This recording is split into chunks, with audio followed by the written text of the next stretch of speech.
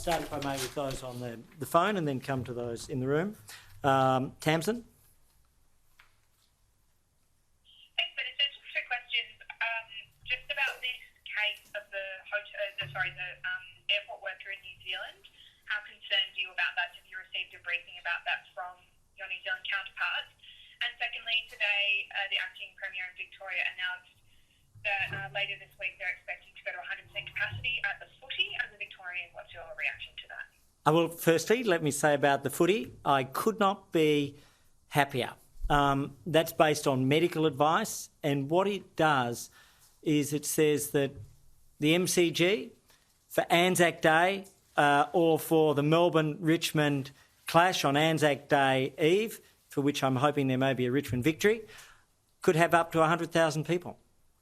What a sign of Australia's achievements. So in the midst of a pandemic, when other countries are in lockdown, when other countries are facing cases, when other countries are suffering agonies, Australia, with all its challenges, is achieving a level of normality for which few others could put themselves in such a position. So that's a testament to every Australian's work.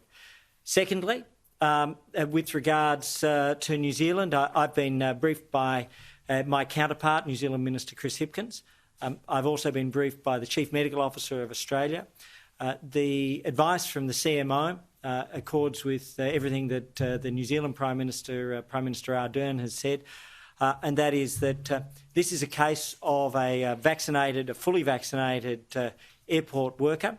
That worker has been working in the hot zones, receiving planes from those areas overseas which have higher caseloads, and they're onto this. We have full confidence in New Zealand's system. We've seen them deal with the inevitable outbreaks, and there will be other days when there are cases in Australia.